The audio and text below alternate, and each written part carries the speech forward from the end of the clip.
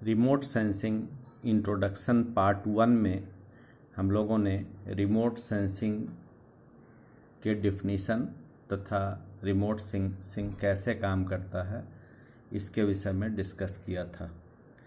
आज हम लोग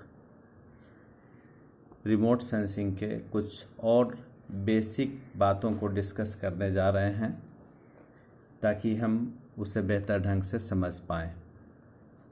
जैसा कि पिछले क्लास में हमने बताया था कि रिमोट सेंसिंग का एक बहुत बड़ा भाग सैटेलाइट रिमोट सेंसिंग का होता है, जिसमें सैटेलाइट के संवेदक द्वारा आंकड़े इकट्ठे किए जाते हैं और उसे अर्थ स्टेशन पर भेजा जाता है। सैटेलाइट रिमोट सेंसिंग में दो तरह के सैटेलाइट होते हैं।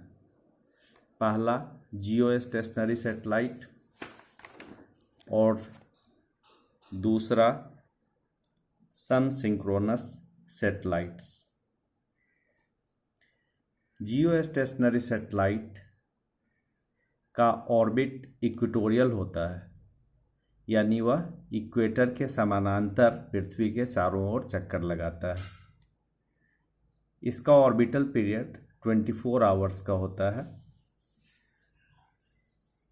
इसकी ऊंचाई 36,000 किलोमीटर होती है। 36,000 किलोमीटर ऊंचाई होने से यह ठीक उसी स्पीड से पृथ्वी का चक्कर लगाता है जिस स्पीड से पृथ्वी घूमती है, यानी 24 घंटे में पृथ्वी भी पूरा एक रोटेशन पूरा करती है और 24 घंटे में जियो स्टेशनरी सैटेलाइट भी एक चक्कर पूरा करता है। इसका इंक्लिनेशन 0 डिग्री या इसके आसपास होता है इक्वेटर पर, यानी इक्वेटर के ये समानांतर घूमती है, इसलिए इसका इंक्लिनेशन 0 डिग्री है। इंक्लिनेशन का मतलब है कि कोई भी सैटेलाइट इक्वेटर को कितने डिग्री पर पार करती है। चूँकि जियो स्टेशनरी सैटेलाइट इक्वेटर के समानांतर चलती है, इसलिए यह 0 डिग्री कहा जाता है इसे, या उससे जो कोण बनेगा वो 0 डिग्री का होगा। सैटेलाइट का दूसरा जो रूप है वो है सन सिंक्रोनस और नियर पोल ऑर्बिट।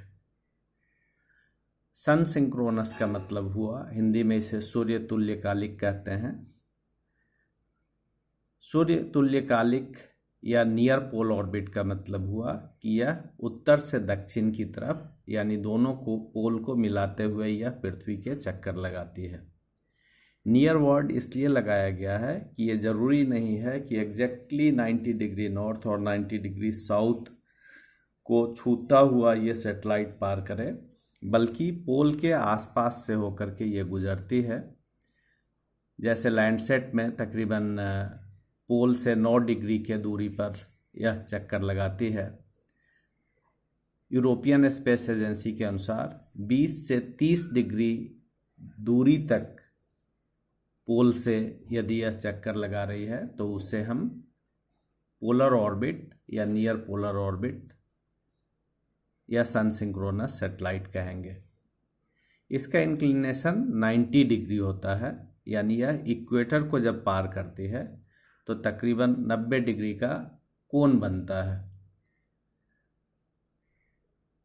यह पृथ्वी के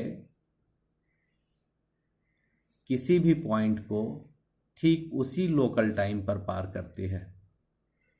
इसका अल्टीट्यूड या ऊंचाई 200 से 1000 किलोमीटर होता है। आमतौर पर इसकी ऊंचाई 600 से 800 किलोमीटर रखी जाती है। रिमोट सेंसिंग डेटा जो हमें मिलता है वह बहुत सारे सैटेलाइट से मिलता है, जिसमें कुछ फेमस सैटेलाइट्स हैं लैंडसेट, आइकोनोस, क्विकबर्ड, एस्टर इत्यादि। सेटेलाइट पिक्चर्स या सेटेलाइट इमेजरीज वो फोटोग्राफ्स हैं जो हमें सेटेलाइट के संवेदक द्वारा भेजे गए सूचनाओं से प्राप्त होता है, जिसे हम सेटेलाइट इमेजरीज के नाम से जाने जाते हैं। यह दो तरह का हो सकता है, हार्ड कॉपी या सॉफ्ट कॉपी। हार्ड कॉपी यानी पेपर पे उसका प्रिंट आउट लिया हुआ, सॉफ्ट कॉपी का मतलब हुआ कि वह आपके कंप्यूटर में सॉफ्ट कॉपी के रूप में अवेलेबल है। इसमें सेटेलाइट पिक्चर में यहाँ जापान का सेटेलाइट व्यू दिखाया गया है, जिसमें बहुत विस्तृत रूप से आप देख सकते हैं कि जापान के सारे आइलैंड्स और उसके डिफरेंट पार्ट्स आपको बेहद ही क्लियर कट दिखाई पड़ रहे हैं। अब हम लोग बात करने जा रहे हैं कि रिमोट सेंसिंग से जो हमें आंकड़े प्राप्त होते हैं उसके एडवांटेज क्या हैं, जो ट्रेडिशनल आंकड़े हैं उसकी अपेक्षा यह क्यों बेहतर है।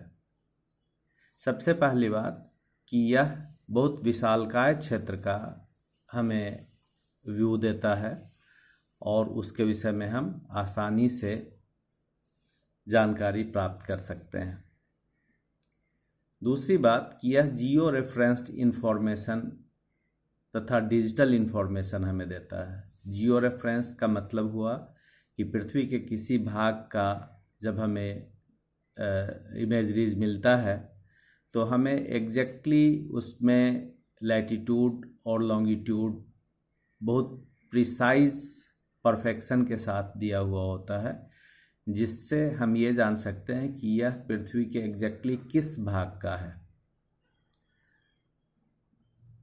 तीसरी बात यह है कि यह किसी भी सीजन में, किसी भी दिन, किसी भी रात या किसी भी समय या कितने भी मुश्किल समय में या मुश्किल मौसम में भी हमें इसकी जानकारी मिलती रहती है। सैटेलाइट से हमें ग्लोबल व्यू मिलता है और ग्लोबल व्यू से हमें land cover, land use, habitat, landscape या इंफ्रास्ट्रक्चर के विषय में जानकारी मिलती है। हम अपने कंप्यूटर से वर्ल्ड के किसी भी भाग की जानकारी हम प्राप्त कर सकते हैं। रियल टाइम जानकारी भी हमें मिलती है कि एग्जैक्टली अभी क्या हो रहा है। यदि कोई सैटेलाइट एग्जैक्टली उस पॉइंट से गुजर रहा है तो हमें रियल टाइम जानकारी भी मिलेगी। Multiple engagement by time series, चूँकि सैटेलाइट एक निश्चित समय में पृथ्वी का एक चक्कर पूरा करता है और वह लगातार पृथ्वी के चक्कर लगाता रहता है, इसलिए हम टेम्पोरल स्टडीज़ के लिए इन डेटा का इस्तेमाल करते हैं। समय के साथ 1 साल पहले या 15 दिन पहले क्या हुआ, या 1 महीना पहले या 6 मंथ पहले या 10 ईयर्स या 20 ईयर्स बैक यदि हमें डेटा चाहिए तो हमें सैटेलाइट इमेजरीज से वो डेटा मिलता है। इसमें हम बहुत आसानी से मैपिंग कर सकते हैं और चेंज को बहुत आसानी से मॉनिटर कर सकते हैं। चेंज को आसानी से यदि हम मॉनिटर कर पाएंगे तो फ्यूचर में क्या होगा उसको भी हम आसानी से प्रिडिक्ट कर सकते हैं। यह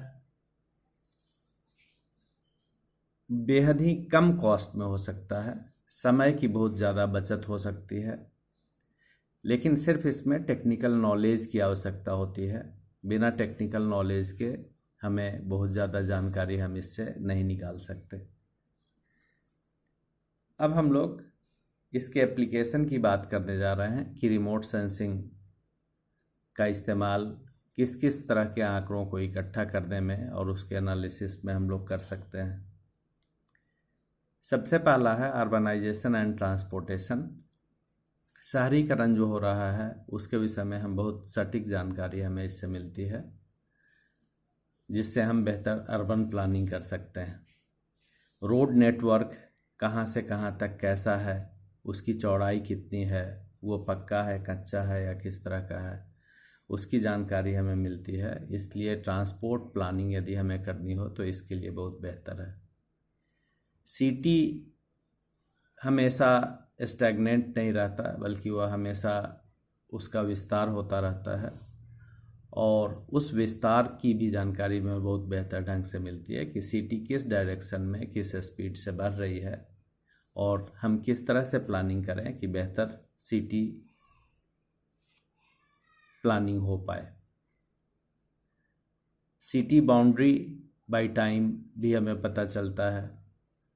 कोई भी वाटर बॉडीज हो, चाहे वो वेटलैंड हो या कोई लेक हो, उसके विषय में भी हमें टेम्पोरल जानकारी भी मिलती है और प्लस उसमें वाटर क्वालिटी क्या है, वाटर क्वांटिटी क्या है, इसकी भी जानकारी हमें बहुत बेहतर ढंग से मिलती है। यहाँ हम देख रहे हैं कि जो पहला इमेज है उस इमेज में सिटी की जानकारी हमें मिल रही है कि कोई भी जो शहर है वह कैसे विकसित हो रहा है, उसके आसपास जो ग्रीनरी है या रोड नेटवर्क है वो कैसा है। और यहाँ हम देख रहे हैं कि एक रिवर मिसौरी रिवर है और उसके चारों तरफ किस तरह का स्ट्रक्चर है या किस तरह का ग्रीनरी है, उस सब की जानकारी हमें बेहतर ढंग से मिलती है। एग्रीकल्चर के फील्ड में हमें बेहद ही बेहतरीन जानकारी इससे प्राप्त होता है, जिसमें हम सॉइल किस तरह का है, सॉइल का प्रकार क्या है, इसकी जानकारी हमें मिलती है। किस तरह के फार्म हैं उनका वर्गीकरण कर सकते हैं हम लोग, फार्म कंडीशन का अनुमान लगा सकते हैं। एग्रीकल्चर एस्टिमेशन बहुत बेहतर ढंग से पता चलता है कि यदि वीट कल्टीवेशन है तो वीट इस मौसम में कितने क्षेत्र में बोया गया है। इससे हम यह अनुमान लगा पाएंगे कि हमारा एरिया पिछले साल की अपेक्षा ज़्यादा बढ़ा है या कम बढ़ा है। Mapping farm and agriculture land का बेहतर ढंग से किया जा सकता है। Mapping of land management practices हैं वो बेहतर ढंग से हो सकता है। कंप्लायंस मॉनिटरिंग हो सकता है। जैसे इसमें हम देख रहे हैं कि डिफरेंट कलर से हमें फार्म लैंड दिख रहा है और इसमें से हम यह अनुमान लगा सकते हैं कि किस फार्म में किस तरह के फसल बोए गए हैं। नेचुरल रिसोर्स मैनेजमेंट में चाहे वो फॉरेस्ट हो या बायोडाइवर्सिटी हो या वाटर रिसोर्सेज हो या मिनरल हो या हाइड्रोलॉजी हो, इन सभी के विषय में बहुत बेहतर ढंग से हमें जानकारी मिलती है। फॉरेस्ट्री में हम जान सकते हैं कि बायोडाइवर्सिटी की स्थिति क्या है, बायोडाइवर्सिटी में कोई कमी आ रही है या वो बेहतर हो रहा है। फॉरेस्ट कवर क्या है, यदि डिफॉरेस्टेशन की शुरुआत हुई है तो वो डिफॉरेस्टेशन किस तरह से है। जैसे यहाँ इस इमेजरीज से ये पता चल रहा है कि 1973 में ये जो फॉरेस्ट एरिया था वो काफ़ी डेंस था, 76 में ये थोड़ा कम हुआ और 86 में ये काफ़ी कम हो गया है।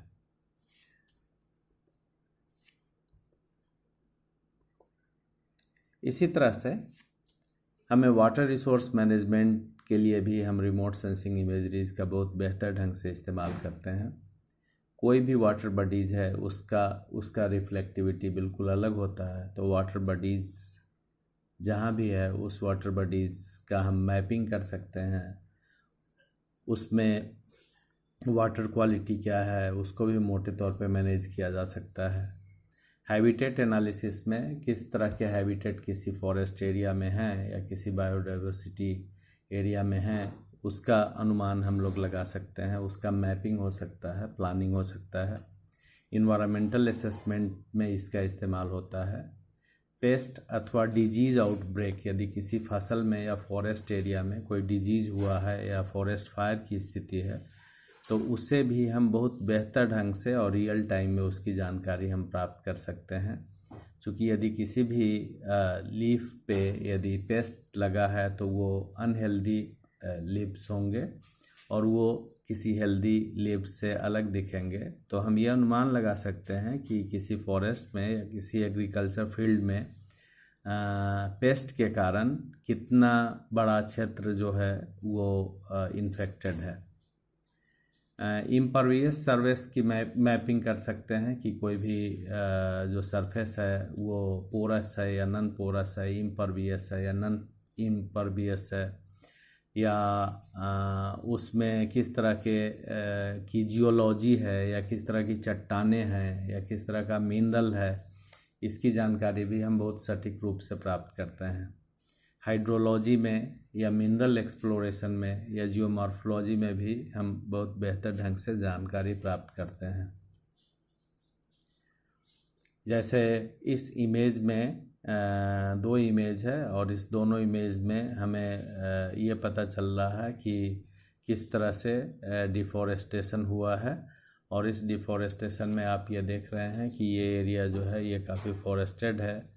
ये रोड नेटवर्क है। इस रोड नेटवर्क में ये पहले भी रोड नेटवर्क था, लेकिन अब ये रोड नेटवर्क है और इस रोड नेटवर्क के दोनों तरफ फॉरेस्ट की स्थिति कैसी है।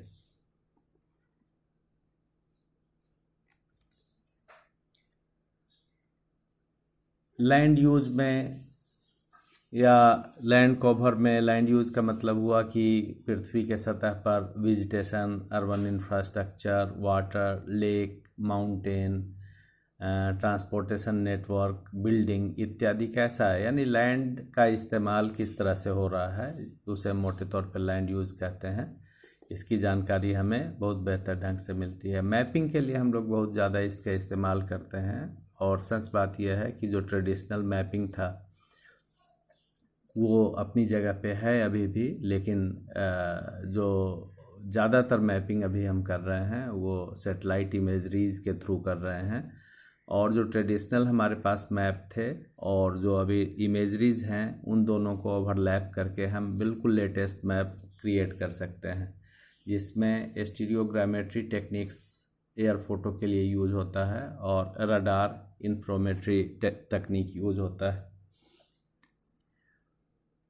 इसमें हम देख रहे हैं कि ये ऊपर वाला black and white satellite imageries है और नीचे जस्ट उसको मैप में कन्वर्ट किया गया है। इसमें जो भी रिक्वायर्ड इन्फॉर्मेशन हमें और इसमें डालना है वो सारे इन्फॉर्मेशन इस मैप में और भी डाले जा सकते हैं।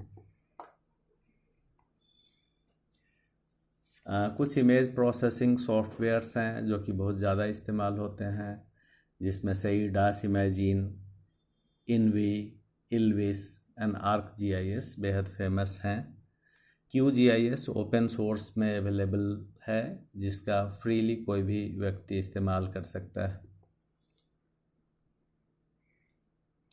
Thank you very much.